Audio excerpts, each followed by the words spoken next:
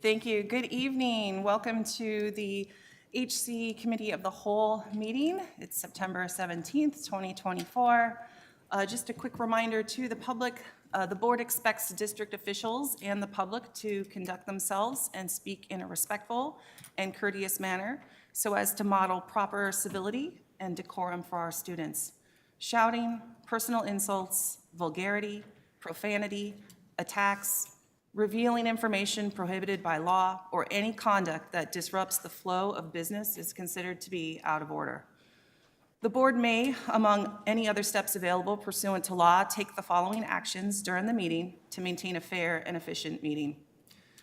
Interrupt, warn, or terminate a participant's statement when the statement exceeds allotted time, is personally directed, abrasive, obscene, or irrelevant. We can request any individual to leave the meeting when that individual, whether in person or virtually, does not observe reasonable decorum or the conduct interferes with the orderly progress of the meeting. Or call for a recess or an adjournment to another time when the lack of public decorum so interferes with the orderly conduct of the meeting as to warrant such action. So thank you in advance for following these rules of decorum. Can I get a motion to approve the HC Committee of the Whole meeting agenda? Motion. Second. We have a motion by Commissioner Simmons, a second by President Elliott. Any questions before we begin? All in favor? Aye. Aye. Thank you. All right. Before we get started, I just want to quickly, before we have a speaker tonight, and before we get to our speakers, I want to just remind the public of the board's goals that we have created. We have 4 goals that we hope to help drive academic proficiency in our district. The first goal is to increase the percentage of students in grades 3 through 8 who are proficient on the New York State ELA assessment from 16% in September 2023 to 40% in June of 2028. We want all students reading by 3rd grade, increasing the percentage of students proficient on the 3rd grade New York State ELA from 15% in September 2023 to 50% in June 2028. We also would like to see an increase in the percentage of students in grades 3 through 8 who are proficient on the New York State math assessment from 14% in September 2023 to 40% by June 2028. We also, our final goal is to increase the number of students earning 5 or more credits in 9th grade from 70%. We hope to raise that to 90% by June of 2028. So thank you. Hopefully we'll continue to make those goals the forefront of all of our discussions in this district moving forward. All right, our first speaker tonight, we have one speaker listed. Oops. And it is a staff member, Josh Mack. Just say doctor, just says Josh. I'm sorry, I believe it's Dr. Mack. My apologies. That's okay. I'm used to it. How y'all doing? Good evening. Thanks for listening to me tonight. Good to see you, Ms. Chisholm. Haven't seen you in a while. It's good to see you. Hey, but I just wanted to give a little bit of background, a little history of something that will help for the Employment HR Committee, hopefully. Over my 28 years in this district, I've collaborated with every superintendent and legal counsel, going back to Cliff Janey, God rest his soul. We're able to work out differences and share differences and try to work towards improving the district in any way we can. So this is nothing new for me. Some of the new people who may be new to the district may see this and say, this is something new, but this is something I've been doing all my career here. So I wanted to bring to attention something that I think is a serious issue in the contractual agreement. It's been come to my attention that the school-based planning team has been permitted to serve as a screening and hiring agent in building level administrative positions. And I do have copies for everyone. You can read later. This practice is, in my opinion, clearly violates the collective bargaining agreement between the Rochester City School District and the RTA, which restricts school-based planning team involvement to transfers only, teacher transfers, and not the hiring of administrators. That has been taken out of context over the years. Expanding their role to administrative hiring contravenes the agreements and disregards the defined legal boundaries of the school-based planning team. My rights as well has been violated in instances by that process, which you can read later. Okay, this creates a conflict of interest, right? A breach of EEOC, The practice also constitutes a violation as it allows favoritism and potential biases in the decision-making process. Teachers who serve on these teams have then been empowered to decide who their future supervisor would be, which is a clear conflict of interest. And moreover, the participation of unqualified individuals in the hiring process introduce the risk of selecting candidates with whom they have personal relationships or subjective preferences rather than objective qualifications, okay? This undermines the integrity of the process. So the negative impact I've listed here of leadership in the school is that allowing school teachers to choose their own supervisor creates a power imbalance, if you know what I mean, in terms of undermining the effective leadership, right? If they select their future subordinates, by their future subordinates, it undermines the authority and may encourage future decision-making that appease the staff instead of appealing to the interests of the school and the students. So I have three recommendations. One, the immediate cessation of the school-based planning team involvement in the screening and hiring process, a comprehensive review and revision of the hiring practice to ensure they're aligned with the contractual agreements as well as district policies, and the adoption of best practices from other school districts that employ professional hiring processes for school administrators and the like, using a centralized approach. We've had some great suggestions come through the REAL team, and I think some of those suggestions, looking at what some of the other districts are doing, would be very helpful in us moving the district going in this direction. So in conclusion, the continued involvement of the school-based planning team to screen and hire constitutes a violation of district policies, creates conflicts of interest, and undermines the equal employment opportunity. And I hope to hear from you all soon. And I have copies here, and I just want folks to know I'm accessible. I'm always about helping the district, so don't feel as if you can't contact me, and we can have collaborative communication. So do I bring this Thank you, forward? Dr. Mack, and Thank you can leave those with the board Yes, I clerk. will. Thank you. Thank you.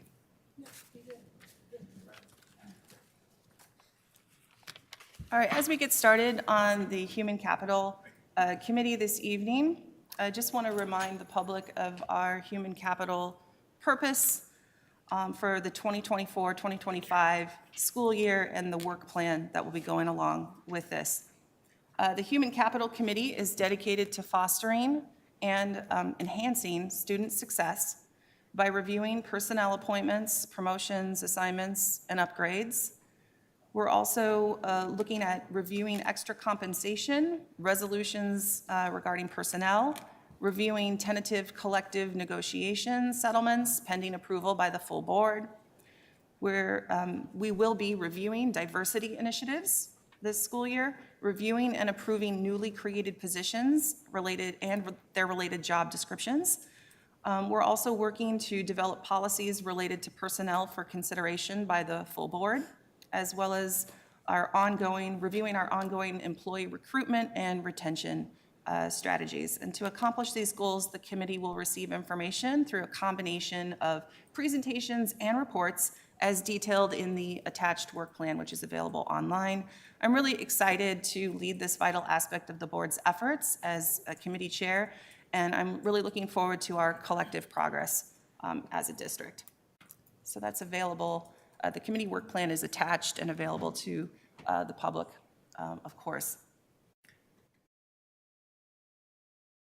The next item on the agenda is to review and accept. Commissioner, Oops, Chair? I'm sorry. Yeah, I just wanted to make sure, I know that we had went over this, but I wanted to make sure, Madam Chairwoman, that none of the things that are in the letter addressed to me and the board is in conflict with the HCRI department, meaning that we're not overstepping our Purview. Yeah. our purview. So I just want to make sure that that's on record, that what we are wanting to,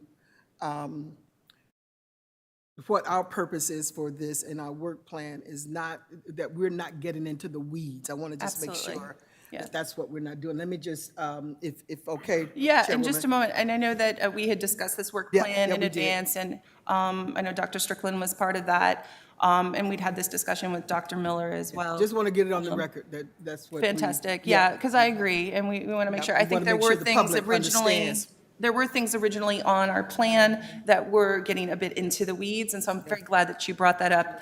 Dr. Strickland, if you wanted to, I'll hand the floor over to you. Good evening, Commissioners. Just before we start, I wanted to do two acknowledgements. One, please welcome back Linda Simmons. She is here stepping in for Lashara Evans while she's at home recuperating. I'm very happy to have her back. And two, Dr. Miller is about to take the podium and do a presentation, and it would behoove me to first acknowledge the amount of work that the human capital team has undertaken this summer with the reconfiguration, touching multiple employees, making sure that individuals were paid their stipends from the MOAs that we have passed, for moving. It was just a huge task, and not to mention we have outdated software. So they've done a phenomenal job for our district. It has been truly acknowledged by our project manager, our unions, and I'm just wanted to let him know that we are truly grateful for that work. So with that being said, Dr. Miller. So, Oh, sorry. yeah, thank you. I was actually trying to get the minutes approved Oh, my prior to all of bad. this, so I appreciate the enthusiasm to get started, but I do have a few things that I need to do as chair prior to jumping on in, but thank you, Dr. Strickland.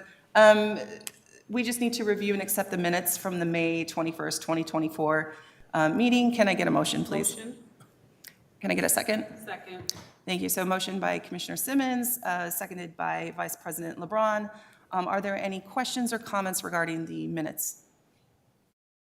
Okay, with no questions or comments, all in favor? Aye. Thank you. And now, Dr. Miller. So I don't know if my question got answered. Are we on target? I mean, we're not in any way micromanaging. And I know we We've have had this talked about it, discussion, and I but just believe wanna that's make what sure. Dr. Strickland and Dr. Miller will be addressing in their presentations this Okay. evening. We definitely don't want to be in the weeds, as we've discussed. All right, thank you. Sorry, excuse me. With the minutes, Commissioner Griffin wants to vote no, so I just want to make sure that's on the record. Okay, so we'll make note of the no. Did you? You wanted to make a change? You wanted an edit to the minutes, or? Yeah. Okay. So, Can I get our general counsel just to weigh in on if we need to make an edit to the minutes, or if it passes, it passes, or? It passed. Commissioner Griffin can state her objection, and maybe we can bring it back if there's a Scrivener error or something like that that can be corrected later on. Okay, But the minutes, I heard the minutes being approved. okay. Was there a specific objection that you wanted to address? It was on one of the resolutions. It seems as though it had me agreeing to it, and I wanted to make sure that, Your microphone's off. oh, I'm sorry. I just wanted to clarify that there was a resolution on, from last week, and I just wanted to make sure that my vote was accepted on that. And I believe it was 212, I So believe. these are the minutes, though, from May 21st, 2024. Okay, for I'm sorry. the last Okay. HC meeting Okay, that your we last- had. okay, I'm sorry. Not I'm the sorry. meetings for our prior meeting. Okay, sorry. Do you want to revise your vote based on that? Yes. Can we Yeah. make note of that, or do I need to? Not for the one, not for yours, I'm sorry. That's my fault. To No the public, worries. that's my fault. Okay, so it is in fact a yes vote on the approval of, For your last meeting minutes? Yes. Yes, your meeting minutes, fine, yes. I'm sorry. I'm sure those other meetings will, But yeah, I'm those will come sorry. up in another My meeting. fault, guys. Okay. I apologize to the public. It's all good. My misunderstanding. No worries. Thank you.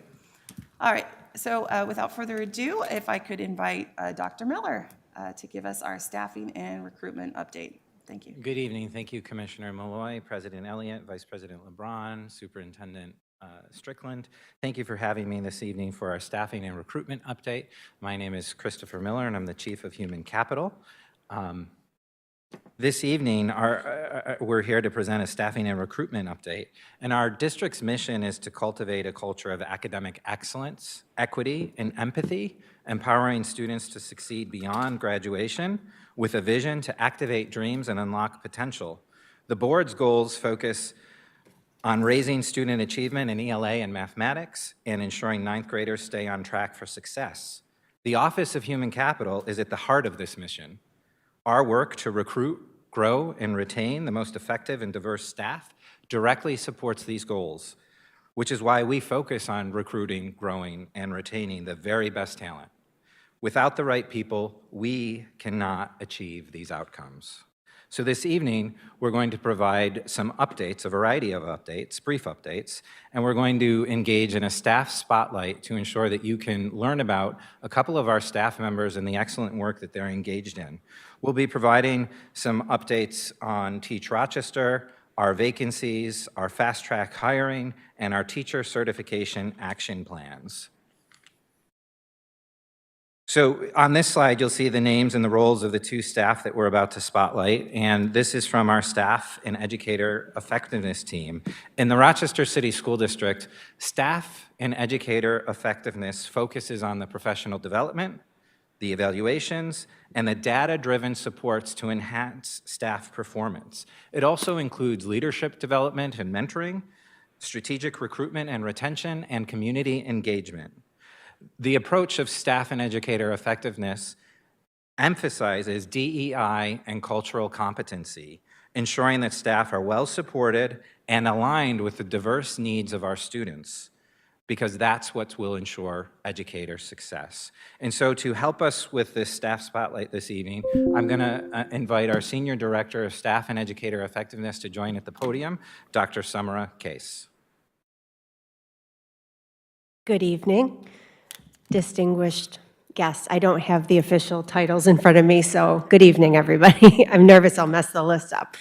I am Dr. Summer Case. I'm very proud to be here tonight with Dr. Miller, and glad to say that I've been in this role for over a year, learned a lot last year about just what makes us RCSD and what drives us as employees, and got to really the honor of hiring and supporting these young women that you're about to see in really unique roles. So the first one is Miss Edley Nieves, and she is our lead school secretary, and she has been a secretary at RCSD for quite some time and stepped out of the building role to come to human capital and do much work for us in really supporting the growth of our clerical staff. Being able to be upfront, ahead of challenges, and hold collegial circles with our clerical staff, and also to be able to support our staff in providing a welcoming and affirming environment for our schools. We know our clerical staff is on the front lines oftentimes, and making sure that they're engaged in culturally responsive practices and being able to collaborate with the other team members at the school. So without further ado, we'll hear from Edley.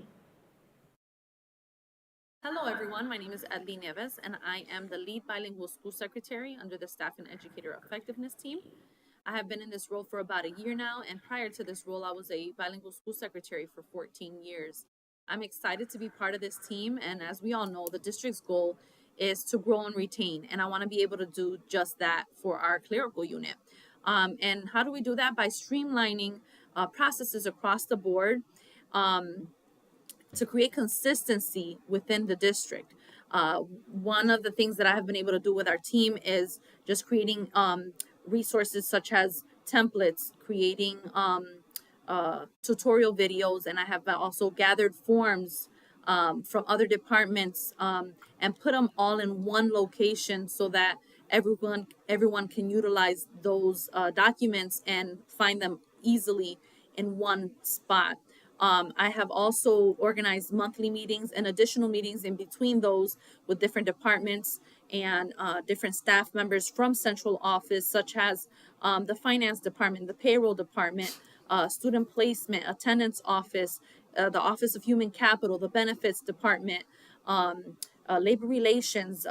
All these different departments have been able to come in and present to our team, and we really appreciate all the work that these different departments are doing and for providing this information directly to our team so that we can be able to do our work effectively. In organizing all of these things as well, I like to do one-on-one meetings with the head secretaries and some of their clerical staff members as well, as part of the retention plan for the clerical unit, it's important to meet with these individuals and just see where they are, where they stand, where the needs are, and then, providing them with feedback. And I also like to receive feedback from them as well, so that I can be able to advocate for them and just look up information for them as well. So it's been really good to be able to meet with them individually. I also admire the work that is being done district-wide by our clerical staff members. Majority of them, if not all, are very dedicated to their work and very passionate about serving our families within the district. So I simply want to highlight their work and continue to support them and advocate for their needs. So I do want to say that I do have much more work that's coming up. I have a lot of new ideas and new things that I want to bring to the table so that we can help our team to continue to grow. So thank you for this opportunity and have a great day.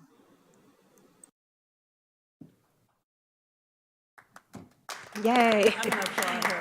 She did a great job, and she actually went into labor that night, right after she did the video, so she just had a healthy baby boy, and we're happy for her.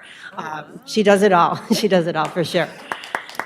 So we'd also like to highlight Ms. Elizabeth Cooper, who is our lead TA and lead paraprofessional.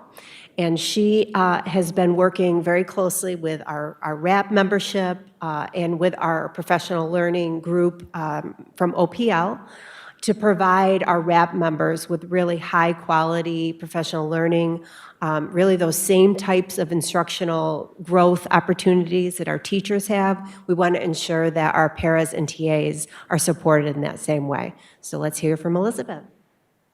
Hi, my name is Elizabeth Cooper, and I have been working with the Rochester City School District as a paraprofessional and teaching assistant for over 20 years.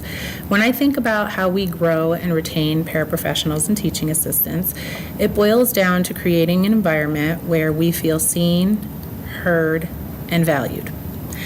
In my new role, I've been able to create a few resources that help provide immediate access to information that is specific to our roles. The first one is a RAP resource site. This has general information that we could use, like navigating PeopleSoft, payroll information, links to professional learning opportunities, and links to help with positive behavior intervention strategies. The site is also broken down by job description, where we can not only look at our current role, but explore other paraprofessional or TA positions and plan our careers. Another resource that I've been able to facilitate is a monthly collegial circle for in-school support staff, ISS. Using 30 minutes of planning time once a month, we've been able to build a professional learning community made up of ISS educators. Not only do we share information around mediations, room setup, finding grade level work, but more importantly, we've been able to create a space where we can connect with other professionals throughout the district who understand our unique roles. I look forward to continuing supporting paraprofessionals and TAs throughout the district at the building level with professional learning during half days or one-to-one support with TA certification process, teaming, or just a quick reminder to let people know how important they are to our district. Thank you. Okay. So very proud of the work that those individuals are doing for our district, working nonstop and getting creative for our most for employees that really get underserved in a lot of ways. And so we're really proud of the work that's happening there. Does anyone have any questions about Edley or Elizabeth? So I'll leave that part, thanks. Thank you so much, Dr. Case, first and foremost, for the staff spotlight. And congratulations to lead school secretary from Bente Nieves, as well as lead teaching assistant Cooper. We obviously appreciate the work that they're doing, and I can't think of better employees to start our employee spotlight, our staff spotlight out on. So it looks like Commissioner Santiago, did you have a question? Go ahead. Yes, very quickly. The lead school secretary, she's from School 22, right? She was, yeah. She was, and she moved up to a different position now. Oh, okay, Yes. that's awesome. Yeah. And I just want to congratulate both of our spotlighted staff today. At School 22, she was awesome. School 22 is my former elementary school, and now I look over that school as the board liaison. And every time I go in there, you're met with an amazing smile. The kids love her, the parents love her, Yeah. and so I just want to congratulate her for one, moving up, but also for the spotlight today. Thanks. Thank you, Commissioner Santiago. Is there anyone else who'd like to comment? Go ahead, So President. one thing, this is just my soapbox. You know, we talk about inclusiveness and all of that stuff. We tend to separate each other out by unions. And I want us to not to do that anymore. Now, I know that's a long-range kind of thing, but, you know, RAP, Bente, you know, they're employees of the Rochester City School District. But that's my soapbox for right now. I'll continue that because I want us to be together. But to Commissioner Santiago's point, I think, is she one of the three that they like to eat over there? So here's the thing too, that I want to make sure that we are doing, that we are successfully succession planning. Because if we have someone like Edley who is, you know, that kind of effervescent kind of person, we want to ensure that she is being replaced by someone who has that kind of, you know, personality that can interact with our parents, that can interact with our students. Yeah. That's going to be very, very important, the way in which we succession plan. And so just a congratulations to them. And what I'm coming to find out even more, is that throughout the district, we have great employees who doing this work. You know, I'm reminded of how we just went through that whole reconfiguration and the success. I mean, that was totally, you know, a miracle in my mind, because that thing really was done very, very well. And so I want to just thank the superintendent and his staff for doing that. But just want to, you know, congratulate Elizabeth and Edley for you all spotlighting them. And again, we've got, I'm sure, a lot of people in this district who are doing great work. Thank you. Thank you. And we'll just continue down the line. Vice President LeBron, would you like to add anything? No, I think everything's been said. Okay. Thank you. Thank you. And Commissioner Simmons, would you like to add Yeah, anything? just very briefly, and piggybacking off of President Elliott, as far as the reconfiguration, not only did it happen, but it happened so quickly too. It was like that was a huge lift for so many people. And so I just want to commend and just say thank you to everyone who made something like that happen in the amount of time you're given. And I just wanted to acknowledge the fact that we're lifting employees that oftentimes, you know, you talk about high-level positions, and these are the positions that serve to be, in my opinion, the glue of our district. The people who actually get the heartbeat of our students and find out what the pulse of the building is on a level that sometimes it's not always translating. So I commend the work of these fine individuals, and hope that they have opportunity to grow in the district, so if they so choose. Thank you. Thank you so much, Commissioner Simmons. And I'll head on down this way, but here, first of all. Hello, Commissioner Griffin. I'm Commissioner Griffin, and I'm going to say I congratulate the staff who have dealt with the reconfiguration plan that they were dealt with. I do not agree that it was the best reconfiguration plan, and I clearly have voiced that. There are some issues that needed to be addressed and still need to be addressed, but as far as your initiatives and you, Dr. Case, and what you've done, I applaud you on what your initiatives that you have done, but there's a lot of work to do. So I'm not going to sugarcoat that at all. There's things that we still really need to address. I'm not going to do anything, I'm not going to congratulate something that has not been ironed out in all the woes. I do appreciate the staff that is dealing with the issues and concerns that we still have in this district and the safety issues. But at the end of the day, I congratulate you for the job that you do and you continue to do, and all the other teachers and the staff that are doing a great job in this district. Thank you. Thank you. Thank you for your comments. And I know that Dr. Case, the presentation, I think so often, you know, we have these plans that get put out into the community, and very often we don't always realize that although we approve these plans, hard work that goes into all of this and just the normal day-to-day people in our district who are, putting the shoulder to the wheel and getting this done, doing what they've been asked to do. And it is a heavy lift, and it's going to continue to be a heavy lift without a doubt for all of these people. But again, thank you for the work that you do. And again, congratulations to all of our employees who are undergoing this mass reconfiguration, the biggest reconfiguration perhaps that this district has ever seen. And we appreciate the sacrifices that are being made on behalf of our students. And I know there were a couple comments that wanted to be made. Go ahead. I'll start with Commissioner Simmons. Yeah, just a point of clarity, and then I'll refrain, I'll digress from there. Again, I want to lift the work that happened in a plan that people didn't necessarily have a choice to do, but the plan needed to go forward. Not only did it go forward, but you made the plan happen. I don't know so much if anyone said if it was the best laid plan or anything like that, but what you did do was execute the plan that was put in front of you. And again, I want to lift that work and commend you all for your dedication to the work. And let's see where we go from here. Okay, we're going to head back down to President Elliott. Go ahead. So, yeah, I don't want it to in any way come off that this board doesn't appreciate the work for the school reconfiguration, the work that HR has done, because it was exemplary. It was exemplary work. There were no issues in this plan that they were not able to overcome. And so that's just like, you're talking about family. Family is not going to always do everything right. So nobody is God. Nobody has the perfect way of doing things. And based on human ability, this was done exemplary. Thank you. Thank you, President Elliott. Commissioner Santiago. Yes, I wasn't here when we started the congratulations for the reconfiguration, but thank you for the work that you're doing.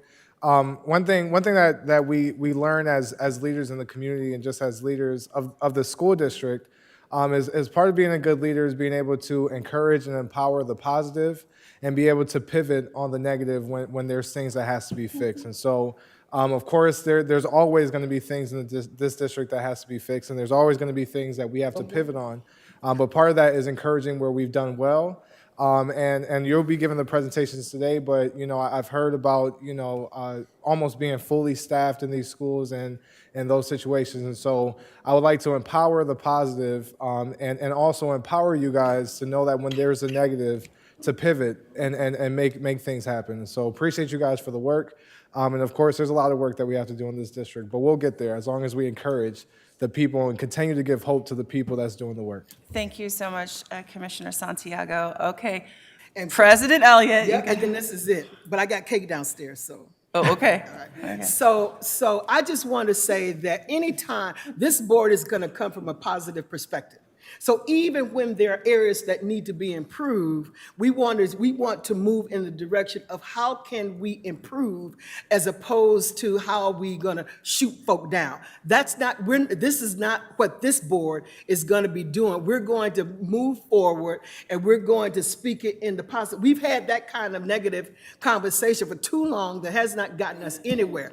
How can we move forward? And even, do any of us do everything right? No, we do not. And we are going to continue to help each other to move this district forward. And so I want to just thank Commissioner Chairwoman Malloy for having me to say this, because no longer are we going to accept on here that all of these negative kinds of comments without there being some responses or some specifics, and then how do we correct them? Thank you.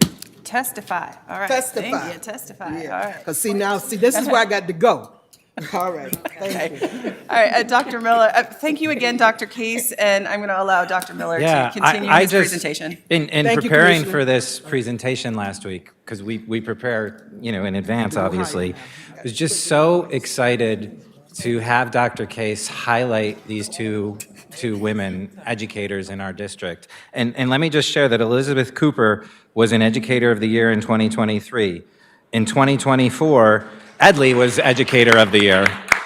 So, yeah, we are helping uplift the best in our staff so that they can reach and extend their reach to have a greater impact and influence over all the staff who do their work. Edley working with all of the district's clerical, and with Elizabeth working with paras and TAs. We couldn't be prouder of their work. And really, just thanks for those words. Empowering the positive is critical. In my presentations, I often talk about everything that we do as a school district has an impact on how we recruit and retain. And that includes everyone in this room right now. We all have an impact of leaders. And as somebody that's focused on how we recruit and retain for the district and how we brand our district, that is always on my mind. This was one of the things that was branded in the district. The Invest in Tomorrow initiative by the Rochester City School District, as we know, was a strategic plan aimed at addressing our financial challenges and improving student outcomes. A key part of this initiative were the human capital efforts, with a strong focus on recruiting, growing, and retaining our staff, and giving staff options. When we can give staff options, they're going to stay with the district. We also invested in PD, supported diverse hiring practices, and pathways to strengthen teacher certification. So you've talked about some of the highlights of reconfiguration. And I'm just going to talk very briefly about this slide. This work started in November 2023 with intense, and I mean intense, focus from April to September. And I know many of the human capital team is watching this evening. From April to September, they work nonstop. We start counting down the days to the first day of school. We started this year at day 68, and we have a countdown board in our office. Every day we count it down because we are mission focused. And over the 5 months of challenging work, we updated job titles and position numbers for 178 roles. We adjusted earnings distributions for 179 staff. We managed tenure changes for 25 staff. We helped relocate 600 staff. Another 697 staff transferred.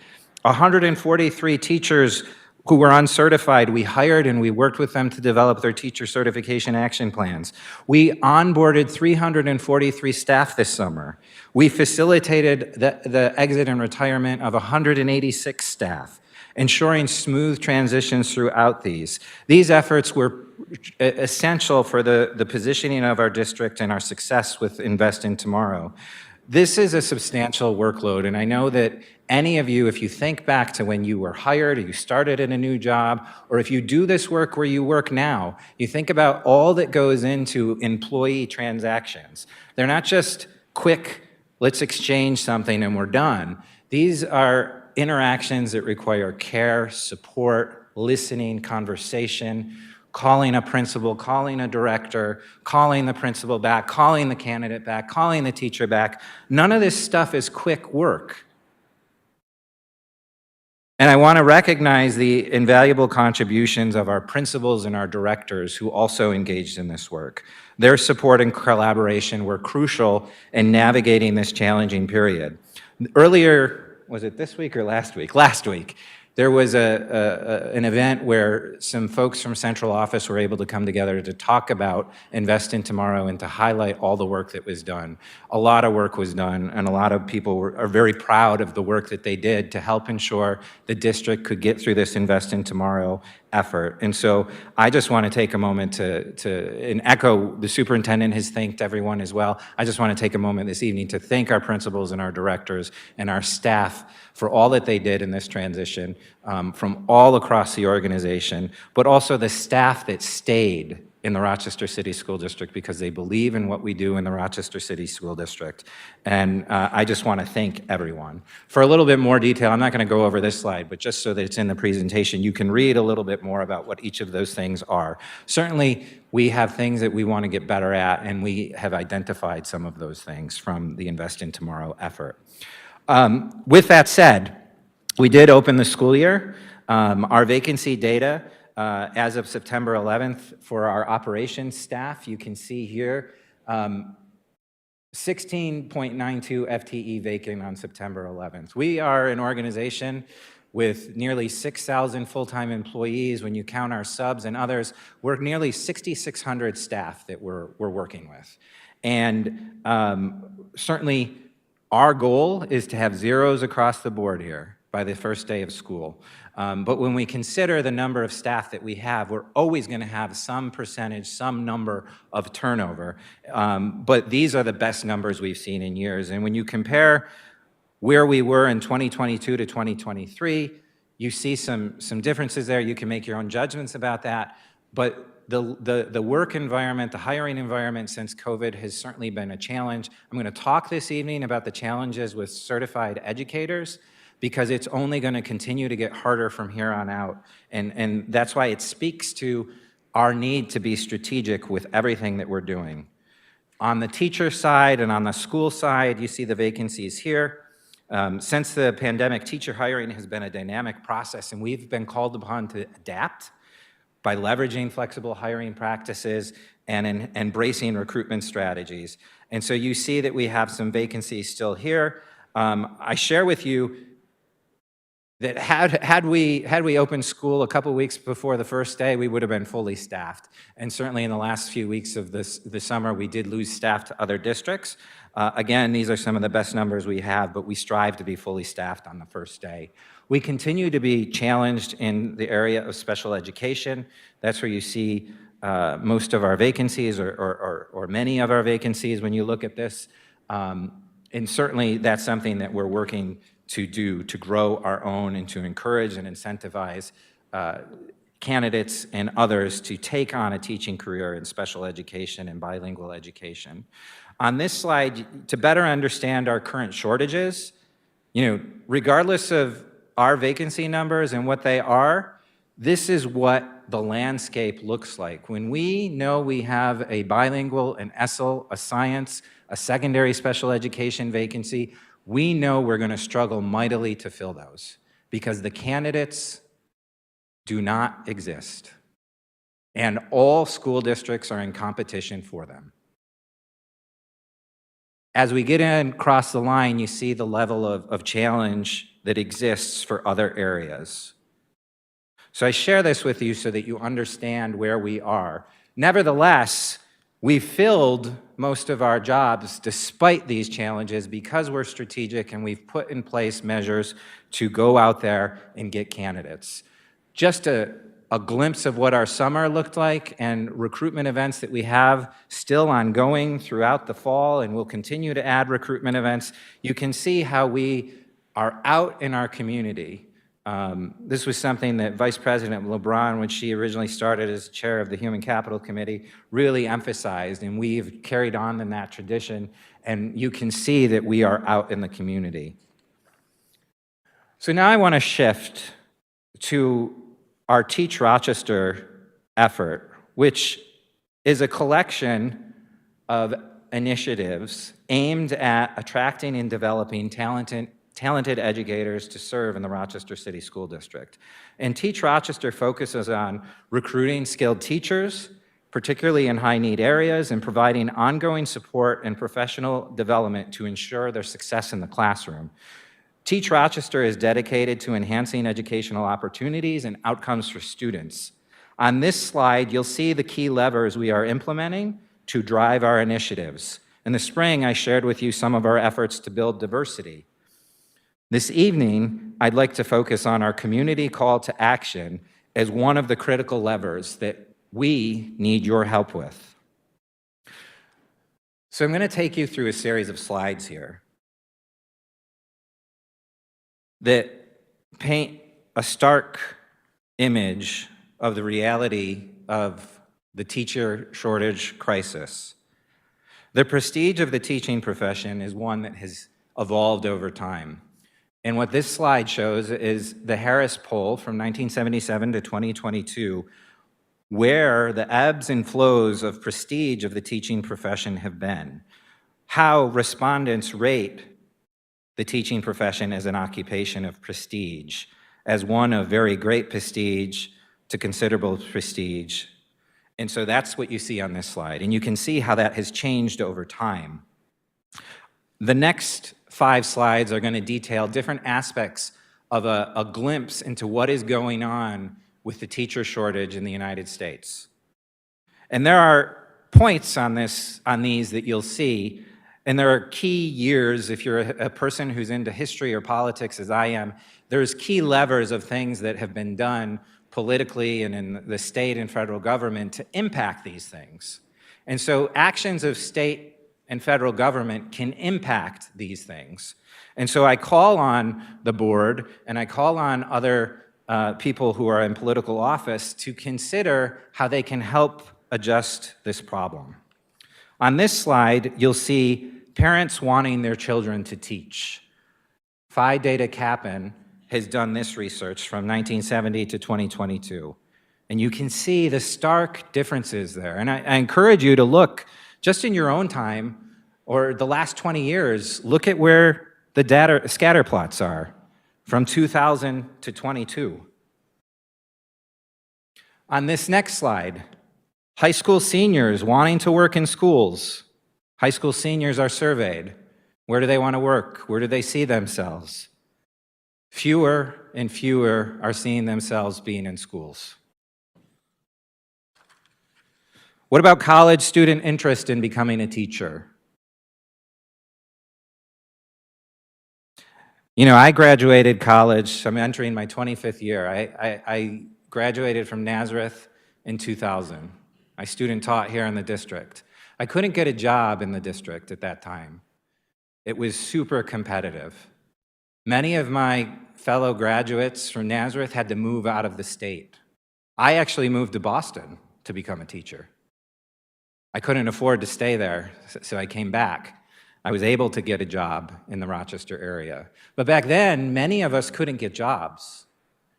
And in fact, younger siblings who also went into the field of education were told by their colleges, don't be a teacher, there's no jobs.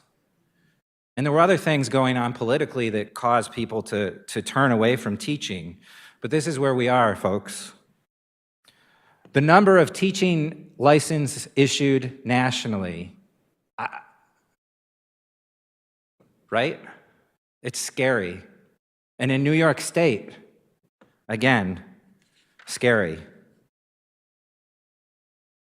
Bettina Love, actually, influential scholar in the field of education, wrote about this and some of the history and the politics, and you can read about that in her books. So changing this is actually a generational task. There are no quick fixes to this. There are no silver bullets to this. Heretofore, the Rochester City School District is tasked with solving this problem, it feels like, on our own. We are in workforce development right now, trying to grow our own staff and develop our own teachers. We're not getting help outside of the Rochester City School District for this. We need help. So that's what Teach Rochester, part of it is for a community call to action. These efforts involve engaging citizens, creating partnerships, implementing strategies at the local level, and mobilizing our community to help solve this problem. This is a real problem before us that isn't going to get any better. The vacancy data, this summer was harder than the summer 2 years ago where we had 755 vacancies on July 1st, and it's going to continue to get harder. So tonight I want to talk to you about how we can bring our vision for teaching in Rochester to life by rallying our community around it. Changing the way we think about teaching and the teaching profession, it's not going to happen overnight. It's going to take time and commitment, but if we come together, we can make a change with this. We need to engage our community. I'd ask the Board of Regents, the state legislature, and others to join us in this effort, especially when it comes to the barriers preventing people from becoming a teacher, like certification and licensing issues. And yes, there have been recent improvements, but they do not go far enough. We need to raise the status of teaching and inspire more high school students and college students to choose this as a career. As a board, you can actively work to influence and help influence state-level education policies, advocating for more flexible certification pathways for aspiring teachers, especially for candidates from diverse backgrounds or career changers. Streamlining certification processes and creating fast-track options for becoming a bilingual teacher, a STEM teacher, a special education teachers could be game-changing if we can figure that out. We can do this together. We don't have all the answers, but I think if we can engage enough political capital, this can be figured out. This needs to be figured out. We're not going to solve this on our own. We're not going to be able to create all of the teachers we need tomorrow, today. We need help.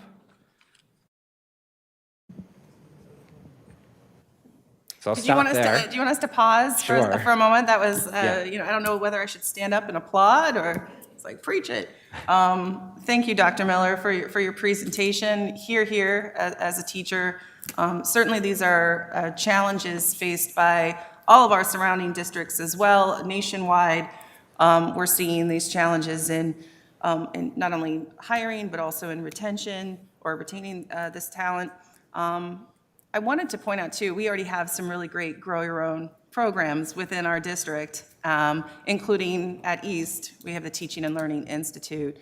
Would love to see that expanded, across the district. And we've had major members of our community who are now in leadership positions who are still thoroughly invested in our district, but working in other careers as well, who gained that leadership, those leadership abilities by being part of that Teaching and Learning Institute. And I wish we could see that at more schools rather than just East, but those are the types of feeder programs that I think we see so much success with. And all of the work that your office has been doing is really commendable. Thank you so much for all the summer work. There wasn't a single week this summer where I didn't see something advertised, people at the public market. I mean, we were everywhere. And so I really, truly appreciate the effort by your office to work on recruitment. It's really a blessing. We're very lucky to have the recruitment that we've been seeing. In any event, I'm going to open it up just for some quick questions or comments. And just in light of the time, because we still need to discuss, the superintendent stuff a little bit later, if we could just have one comment or question per commissioner, if that's okay. Go ahead, I'll start at that end this time. Commissioner Santiago. Yeah, I might take a little bit more than 1 minute because I also have to speak about just one question, not the 1 minute. legislative agenda because this is part of the conversation regarding the legislative agenda this upcoming year. So we'll be having those meetings. I don't know if you get the invite, but come to the I'll talk to our clerk, to see if you can come to the meeting so we can discuss that, and really see how we can put that on paper as far as an ask, for our legislative agenda, both on the state level, on a local level, and also on a collegiate level. Because I think that's something that we're also missing out on, is as far as how are we partnering with these colleges for, even if we don't have hundreds of students who want to become teachers after high school, but how are we retaining those students and actually giving those students a pipeline to a job, and when we're speaking about success, that's part of success. And so I'd love just to invite you, to have a conversation when it comes to the legislative agenda, to speak about how we can put that into words. And as me and Interim Superintendent Strickland goes to Albany, I don't know if you're coming with me? Okay, so as we go to Albany in the upcoming year, we can successfully advocate for that. And so we also were having some conversations last year, I know, about incentives for teachers who may be coming from another state or another city. And so I'd love to go a little bit deeper on that.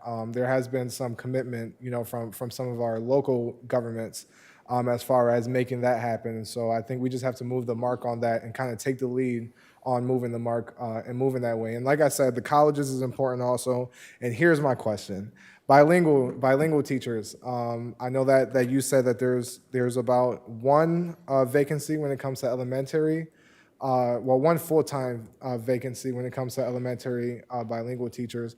And so I guess my question is, and when I was speaking earlier about pivoting, I guess this would be both towards our interim superintendent and you, Chief Miller. But one thing that we see is our bilingual students and our ELL students are usually the students who are either dropping out of high schools or they're not making it to that diploma. And so my question is, as far as looking at that data, part of what we see is that either they don't have enough support or we're not giving them the tools to get past the line. So I'm just wondering, how are you guys looking at that when it comes to pivoting, because we are seeing a high number in dropout rates and people not crossing the stage who are bilingual and ELL students. And so just wondering regarding that. So that's a great question, Commissioner Santiago. I will take this time to shout out the New York State Education Department, Office of Bilingual Education and World Languages, they have been diligently supporting the creation of MOAs with local colleges and universities throughout the state to actually get individuals certificated. We are working through some of those challenges. Part of that is around advocacy.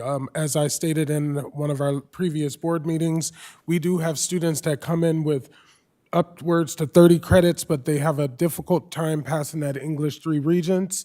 It's also important to mention that even though some of these positions are filled, some of these individuals are uncertificated, and they still, are learning just like all of our educators, and we have to bring them up to speed. And then finally, I would also say we have to continue to create a welcoming environment for all of our learners so that everyone feels valued and appreciated. And unfortunately, we are in spaces sometimes that may not be happening the way it needs to. So it's going to take a collective effort. It's going to take advocacy. It's going to take working through certification. It's going to take just our normal practices and how we treat our students in our schools. That's going to change that trajectory. Yeah, and thank you.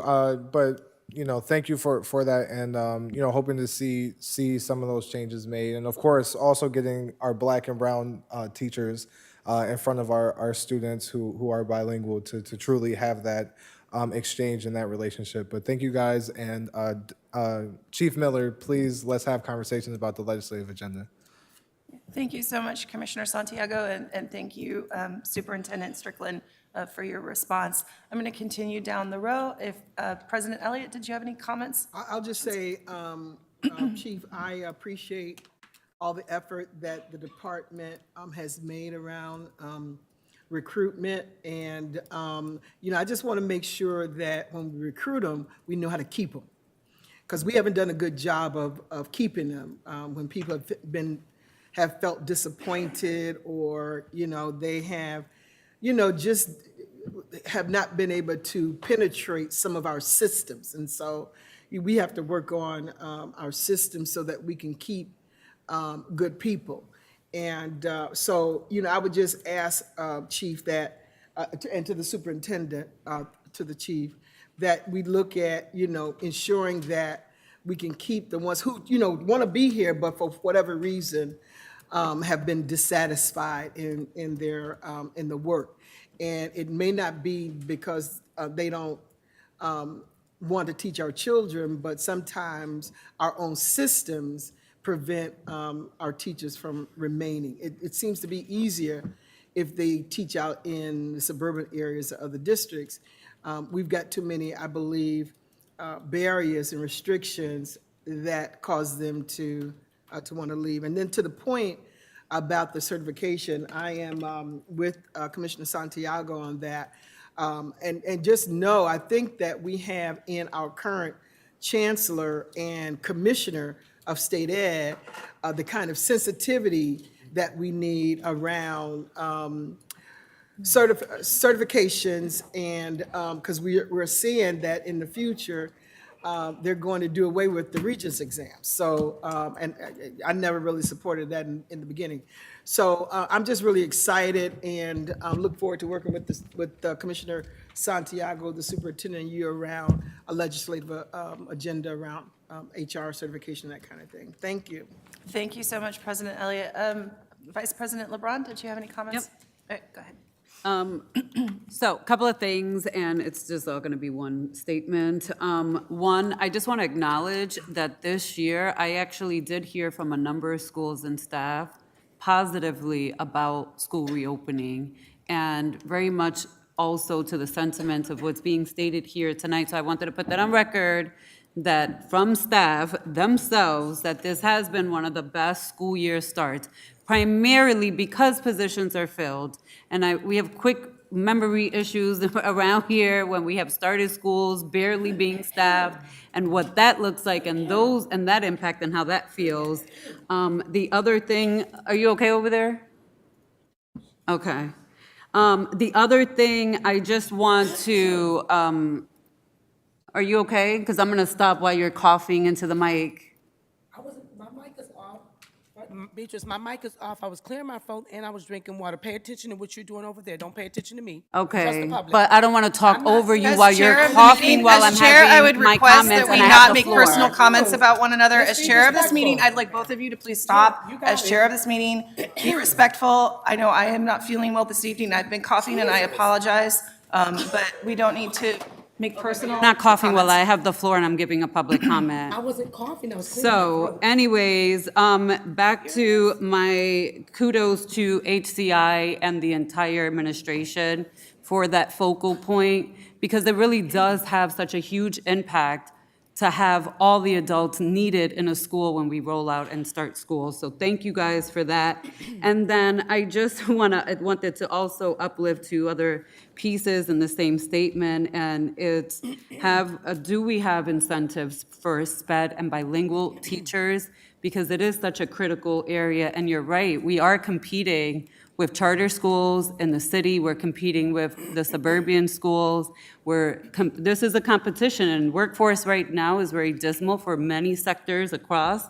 And I think it goes back to us having this conversation around what is the current incentive. When we have had shortages of bus drivers and bus staff and personnel, we have shifted and pivoted into looking at incentivizing those areas, having hiring bonuses, referral bonuses, and things of that nature. So I do want to uplift that, especially as budget season conversation starts, which starts in October.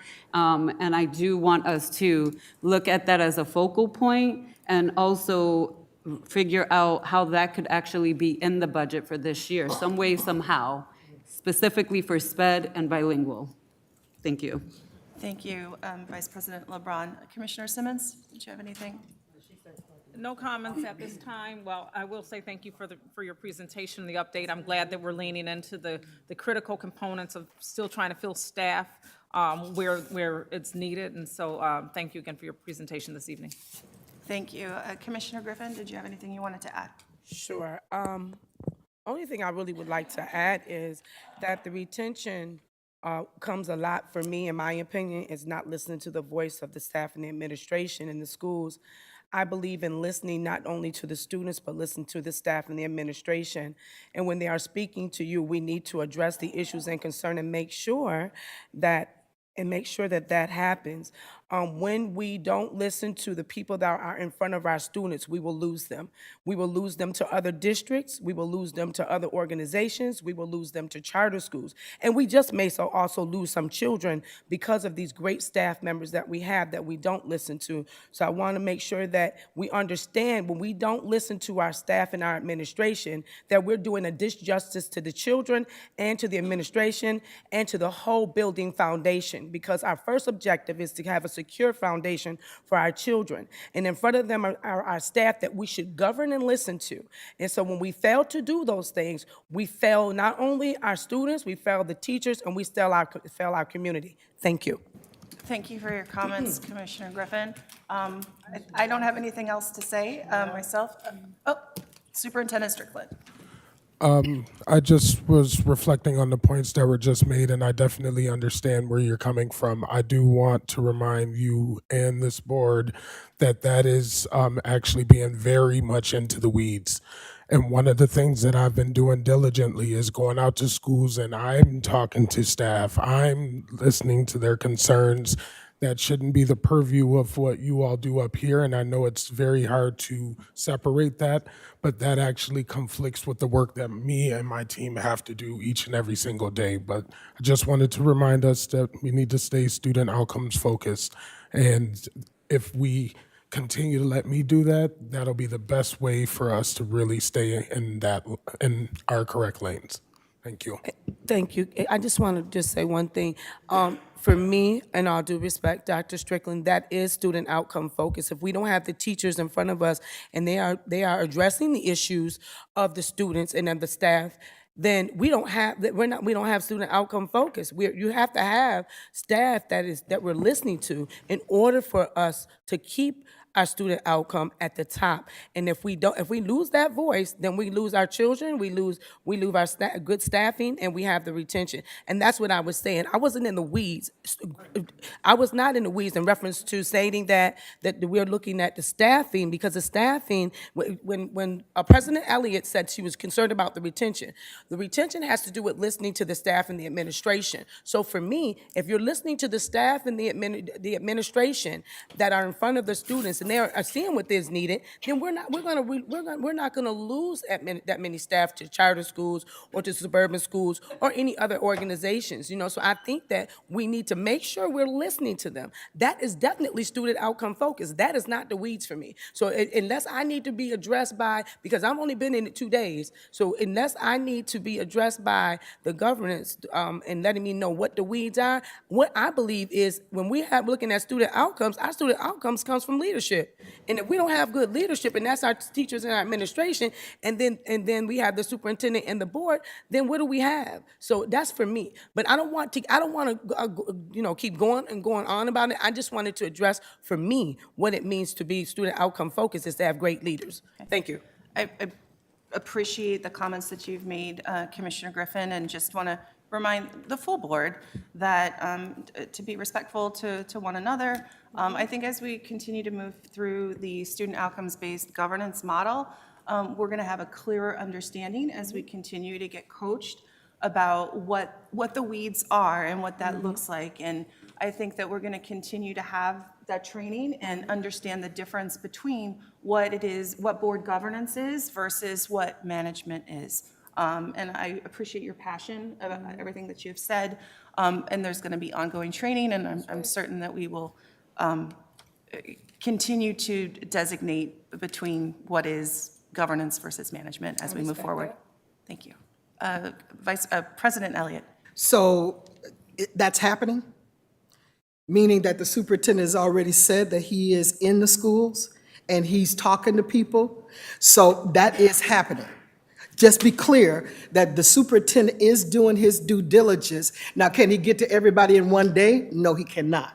But know that things happen in terms of continuous improvement, and the superintendent is working on that. And I just want to also, and let me, as chair, just interrupt here. I'm sorry. That's great, but we don't. He said what he said, and I respect that. What I'm saying is just addressing what I believe retention comes from. That's about leadership. So I just want to make sure. Yeah, he knows it. He understands. Yeah, He understands. He spoke though, President Elliott, and I understand. And I respect that. But everything doesn't deserve an answer. Sometimes we just need to let it go. That's okay, right. So as chair, That's right. I'm gonna take the floor as chair at this moment. That's right. I'm just gonna jump right in here, and I appreciate the conversation. I appreciate the passion around everything. However, I want to remind the board that we are being watched by prospective candidates to this position of the superintendency, and we are in that process. And I think that the behavior that we model up here on the dais does trickle down to our students, and they model that behavior whether we like to admit it or not. And so I think that it would behoove us to work together as a board as collegially as we can and not demonstrate those negative behaviors. Focus on continuous improvement. Focus on the continuous improvement, and I think that we want to make sure that if there is a need to do any type of progress monitoring of anyone's performance, that is done via a process that we approve as a board, and it would not happen openly on the dais as well. So thank you for expressing those concerns. I'm going to allow Dr. Miller, I believe you are going to now address us on fast-track hiring. Yes, and I'll be brief. These last two updates will go quickly, and I think they align with things we've talked about previously. But fast-track hiring is something that I just want to, Vice President Laurent said something a moment ago. She said, we have an impact, a positive impact when all of our staff are filled and in roles, right? Fast track hiring better ensures that we have staff in roles. It's an expedited process that allows the superintendent to swiftly fill critical vacancies before formal board approval. This approach places qualified staff in essential roles quickly, sometimes 2 to 3 weeks sooner than if we waited for the next board meeting. This in turn puts them in the care, they are in the care of students and families in supporting our students. This is an example of operational efficiency, priority 5 of the strategic plan. It's also priority 3 to recruit and ensure that our staffing is complete and filled. This flexibility I need to thank the board for, because it is crucial to maintaining a responsive and effective educational environment. And so I have 2 slides, because we've done this now for 2 years with your approval, and you just re-upped the approval for the current 2024-2025 school year. But this shows you that in 22-23, we had 461 staff that were able to start sooner. Many of these staff went to our schools, live in our city, students attend our schools, they know our community, and so getting them into position quickly helps put them in the care of students. I want to draw your attention, this is last year, to the RTA column, October 2022. We appointed 133 people prior to their board start, or their board, you would have voted on their board appointment in October. Those 133 people wouldn't have been in school in September had we waited for that board meeting. So this just shows you staff in position sooner than if we waited for the board meeting. And it's important to know that we do this for all positions but leadership positions, right? The board votes on that, and leaders don't start until after the board vote. In 2023-2024, you see that we had 429 people start sooner. And that month of September, for teachers, 99 teachers were able to start sooner. So it literally puts staff in place sooner, which means they're getting an income sooner, which means, you know, other districts that do this, it could be a detriment to our district if we don't do this, because other districts do, and somebody could lose out on 2 or 3 weeks of pay, but now we are doing this fast track hiring. So these are the data on fast track hiring. Why we do it is to ensure that we have staff in place sooner. Certainly we ensure everyone is able to be hired through background checks and fingerprint clearances. The other significant initiative, and this was an initiative of Teach Rochester to expand our teacher pipelines, the Teacher Certification Action Plan, or TCAP, is a strategic initiative of ours designed to enhance the recruitment and development of future educators, to grow tomorrow's teachers today. It focuses on scaling and improving pathways to teacher certification. It is our Grow Your Own program. It is a model, I would say, and I'm going to be excited to share this with other school districts across the nation next month as a program that we have used to great success. And it is a district-wide initiative that supports the certification journey of educators in the Rochester City School District. It helps our paraprofessionals and teaching assistants to become teachers. It helps long-term substitutes to become teachers. It helps others that are career changers and have an interest in becoming a teacher, like bilingual speakers and others. It provides a clear pathway to teacher certification. It offers individualized certification pathways, ongoing mentorship to support educators, tuition assistance, and it increases the diversity of our staff. Future goals include expanding the support that we provide once we've hired bilingual and special educators, and to provide additional support for teaching assistants. This is working so well, we want to scale it up. We had a conversation today about how we could create a process like this for athletic coaches to ensure that all of our athletic coaches are fully licensed and certified with the permanent certificate. So we are going to continue to expand it. The summary data for the 2 years of doing this, we had 478 educators in our TCAP initiative. And this includes both teacher and teacher assistant tracks. This demonstrates our commitment to growing our own talent. 478 people. I put that number up against any school district in this nation. Yes. While 65 of these people have resigned, 224 are still actively working, and I share that 65 represents 13%. Do you know that teachers that go to school for 4 years to become a teacher, their attrition rate is 12%, and this is 13 here. So it speaks to the power of what we're doing, that it's on par with people that are going to school for 4 years. And I would argue greater retention probability, because many of these people, again, went to our schools, have students in our schools, live in our community. 224 people are still actively working toward their certification. Resilience right there and focus. And it speaks to our ongoing investment in what we're doing to grow our own and develop and retain educators within our district. The data underscores a strong foundation for scaling up our TCAP efforts. And I remember when we were at East last September, a year ago, in the boardroom, and we created a living room, and you got to meet those fine 4 TCAP teachers that work in our district. Some of the folks in our community were very critical of this, what we were doing. You're just hiring people off the street. What's wrong with our streets? These are people in our community that live and work in our community and raise kids in our community. And so people that say those things, I don't think that's a question about what we're doing. That's a different question that they're raising. And so if they pose that question to you, just know that it's probably something else that they're digging at.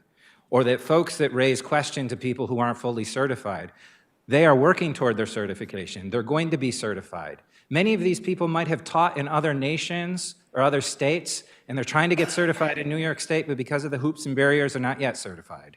So we need to be careful about that. When we look next door and we know we have a teacher that's still working on their certification, we don't know their full story. They may have taught for 14 years elsewhere. They are not to be looked down upon because they're not fully certified in our state. We are working with them to be fully certified. So those personal stories that you heard last year, they truly personalize these efforts. So I want you to remember those 4 people that we saw last year. We're helping them, and they're helping our students. And this approach underscores our commitments to changing lives and making a meaningful impact in our community. And so I just want to thank the board for your belief in this program, because it's changing lives, not just for our students, but for these employees who may have very well been our students earlier. So thank you for your time this evening, and certainly open to any questions you may have. Dr. Miller, thank you so much for that presentation. And pipeline programs work. That's all there is to it. And I love the efforts being put into these programs within our district. I know a lot of area universities are also endeavoring to have these types of pipeline programs in place. I know I was participating in one as a teacher to help train a candidate just for the last 2 years. They work and ensure that we get the people in front of our students who very often look like our students but are a part of this community. So kudos to you and your team for the many efforts that you have been engaged in for the last few years to make this happen. And I love the growth that we're seeing. I'm going to start at the other end of the dais this time. Commissioner Griffin, do you have any questions or comments at this time? No comment. Thank you. Commissioner Simmons? None at this time. Thank you. Vice President LeBron? None at this time, thank you. Thank you. Well, I'll take all their time. Let me just first start off, because I've been here a long time. And I know that this board is what helped to drive a lot of that work. For those that don't know, I can recall the time when I was trying to, although I wasn't supposed to, try to help the RAP organization to increase their pay. But that leader at the time wasn't supportive. But anyway, one of the things that we got out of there is the teacher assistant. And out of that program, there have been a few that I know who have gone through that program and actually are now teachers. And so the board is to be commended for that.